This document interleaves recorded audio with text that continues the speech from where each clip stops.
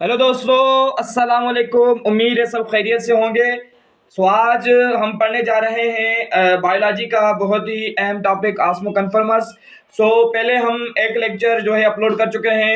उम्मीद है कि आपने वो सुना होगा। अगर नहीं सुना तो वो पहले वो सुने, क्योंकि अगर वो आपको नहीं आएगा तो अगर वो चीज़ें आपको नहीं आएंगी तो ये लेक्चर आपको समझ नहीं आएगा। इसलिए पहले वो लेक्चर सुन ले, उसके बाद हम ये पढ़ेंगे। ठीक है, सबसे पहले तो आस्मो कन्फर्मर क्या होते हैं।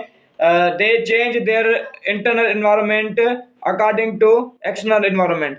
यानी वो ऑर्गेनिज्म, वो लिविंग थिंग्स जो अपने इंटरनल एनवायरनमेंट को एक्सटर्नल एनवायरनमेंट के मुताबिक चेंज करे। मिसाल के तौर पर कोई ऑर्गेनिज्म है जो सॉल्टी कंडीशन में रहता है, तो अगर वो आस्मो कन्फर्मर होगा तो वो इंटरनल एनवायरनमेंट को भी साल्टी कर देगा, यानी हाइपरटोनिक कर देगा। अगर वो हाइपर आउटर जो इन्वायरमेंट है उसके अंदर साल्ट ज़्यादा है, तो वो इंटरनल इन्वायरमेंट के अंदर भी साल्ट को बढ़ा देगा, ताकि जो इंटरनल इन्वायरमेंट और एक्सटर्नल इन्वायरमेंट बैलेंस हो जाए।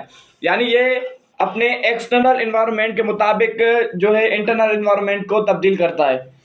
और they contain urea and tri methyl amine oxide.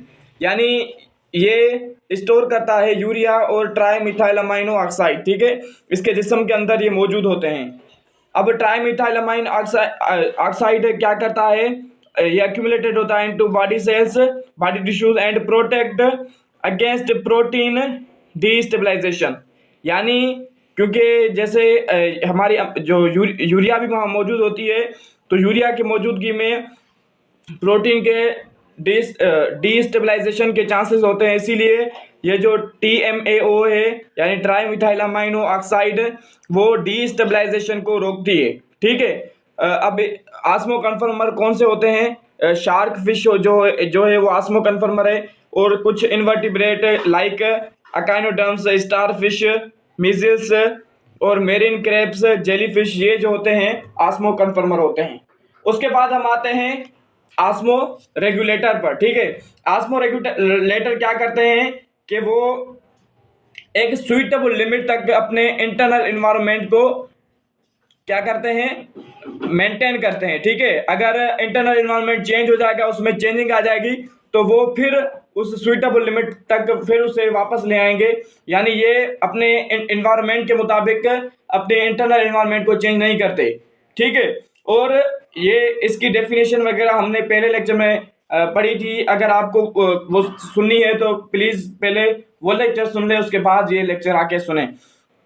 Osmo regulator अब दो तरह के होते हैं। ठीक है, एक तो फ्रेश वाटर के अंदर होते हैं और एक मेरीन वाटर के अंदर होते हैं। ठीक है, अब जो फ्रेश वाटर के अंदर होते हैं ना, तो मसला क्या होता है कि जो फ्रेश वाटर के अंदर होते हैं, तो वो उनसे उनका मसला ये होता है, a lot of water enter inside and removal of solute allot.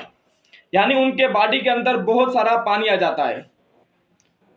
ठीक है, अब पानी क्यों आता है, क्योंकि उस उनके बाहर का जो माहौल होता है वो बहुत ही डाइल्यूट होता है। यानी उसका जो पानी होता है वो गाढ़ा नहीं होता, वो बहुत ही जो है डाइल्यूट होता है।